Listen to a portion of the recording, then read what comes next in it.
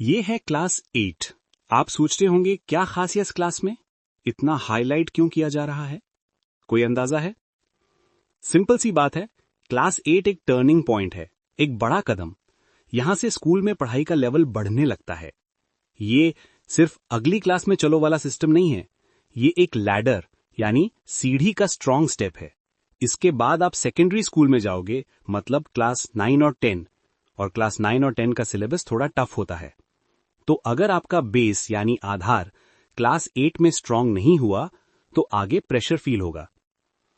आप नोटिस करोगे क्लास 8 में सारे टॉपिक्स का लेवल थोड़ा एडवांस्ड होता है। टीचर्स डेप्थ में पढ़ाते हैं क्योंकि यही साल से आपकी थिंकिंग और स्टडी हैबिट चेंज करनी होती है। रट्टा लगाने का टाइम खत्म, अब समझ के पढ़ना होता है। सवाल है, कॉन्सेप्ट क्लियर करना क्यों जरूरी है? कॉन्सेप्ट क्लियर करने का मतलब है कि आप किसी टॉपिक को सच में समझते हैं, सिर्फ उसकी लाइंस याद नहीं करते। और ये कुछ आसान लेकिन जरूरी वजहों से मायने रखता है। 1, आप आसानी से भूलते नहीं। 2, आप अलग अलग टाइप के क्वेश्चन सॉल्व कर सकते हो। 3, आप दूसरों को भी एक्सप्लेन कर सकते हो। 4, बोर्ड एग्जाम्स और आगे की क्लासेस इजी हो जाती हैं।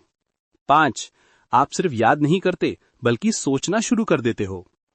6, रियल लाइफ में यूज कर पाते हो। सिर्फ लिख के याद कर लोगे तो एग्जाम निकल जाएगा, लेकिन समझ नहीं आया तो क्लास 9 और 10 में मुश्किल होगी। फिर कोचिंग, ट्यूशन, स्ट्रेस सब डबल हो जाएगा। तो अभी से हैबिट बना लो।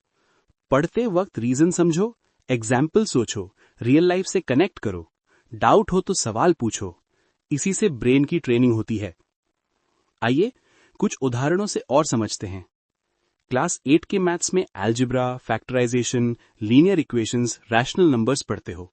ये सब क्लास 9 और 10 में कहीं ना कहीं थोड़ा एडवांस लेवल में आएगा। अगर अभी अलजेब्रा का लॉजिक समझ लिया तो बाद में क्वाड्रेटिक इक्वेशंस और अलजेब्रा की बड़ी इक्वेशंस बहुत आसान लगता है। फॉर्मूले याद कर लोगे तो एक दो क्वेश्चन बन जाएंगे। लॉजिक समझ लोगे तो कोई भी क्वेश्चन सॉल्व हो जाएगा। अंतर बस इतना ही है। साइंस में भी सेम रूल होता है। साइंस में motion, sound, metals and non metals, force और प्रेशर पढ़ते हो। ये चैप्टर्स क्लास 9 और 10 में भी मिलेगा। याद रखना, साइंस सिर्फ डेफिनेशंस नहीं होती, साइंस सोच और ऑब्जर्वेशन होती है। अगर सोशल साइंस की बात करोगे तो आप देखोगे कि हिस्ट्री में कॉलोनियलिज्म का चैप्टर है क्लास 8 में। आगे जाके क्लास 10 में नेशनलिज्म का चैप्टर्स आसानी से समझ में आएगा। सिविक्स में कॉन्स्टिट्यूशन, पार्लियामेंट, इलेक्टोरल सिस्टम पढ़ते हो। यही कॉन्सेप्ट्स क्लास 9 और 10 में डेमोक्रेसी, राइट्स, ड्यूटीज, इलेक्शंस में कंटिन्यू होते हैं। और एक बात स्पेशली सोशल साइंस के लिए, हिस्ट्री, सोशल लाइफ, इकोनॉमिक्स और ज्योग्राफी, इनका इंटरलिंकिंग होता है एक दूसरे के साथ। ज्योग्राफी और हिस्ट्री के बीच संबंध का एक उदाहरण है कि कैसे नदियां, पहाड़, जलवायु ने प्राचीन काल से ही भारत में अलग अलग सभ्यताओं को आकार दिया है। ये बात अगर आप समझ के पढ़ोगे तभी पता चलेगा। और इसीलिए सोशल साइंस में आपको माइंड मैप्स, कॉन्सेप्ट मैप्स का यूज सिखाया जाता है। एक और हैबिट यहां से पकड़नी है, सवाल पूछना, क्यों और कैसे। कुछ समझ ना आए तो पूछना गलत नहीं है, ये स्मार्टनेस है। इसी से क्रिटिकल थिंकिंग डेवलप होती है और सीबीएसई का मेन फोकस यही है। अब एक बहुत ही अहम बात, एनईपी 2020 के अनुसार क्लास 8 के बाद डिटेंशन पॉसिबल है। मतलब अगर परफॉर्मेंस बहुत खराब हो तो स्कूल आपको क्लास 9 में ऑटोमेटिक प्रमोट नहीं करेगा। आपको 2 महीने में दोबारा एग्जाम देना होगा। उसमें अगर आप पास नहीं होगे तो क्लास 8 रिपीट करना पड़ेगा। लेकिन डरने की बात नहीं है, आप अगर सीरियसली पढ़ाई करोगे तो कोई प्रॉब्लम नहीं है। और इसीलिए क्लास 8 से आपको सीरियस होना पड़ेगा। स्कूल और गवर्नमेंट दोनों चाहते हैं कि बच्चे कॉन्सेप्ट स्ट्रांग बनाएं, फ्यूचर रेडी हो, सिर्फ पास होने के लिए नहीं पढ़े।